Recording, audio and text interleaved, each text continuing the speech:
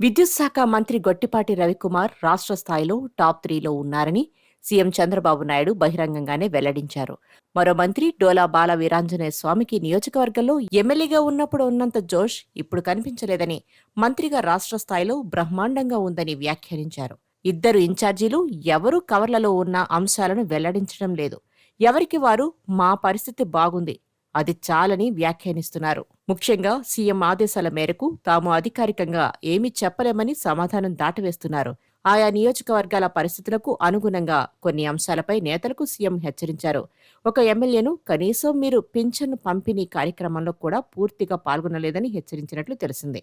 ఒక ఇన్ఛార్జికి సీనియర్లను కలుపుకొని పోవాల్సిందేనని సూచించినట్లు తెలిసింది. నియోజకవర్గాలలో మీ కుటుంబ సభ్యులు లేక మీ మిత్రులు కాకుంటే మీ బంధువులు ఎవరు తప్పు చేసినా మీకు చెడ్డ పేరు వస్తుంది. అన్ని విషయాల్లో జాగ్రత్తలు తీసుకోండి.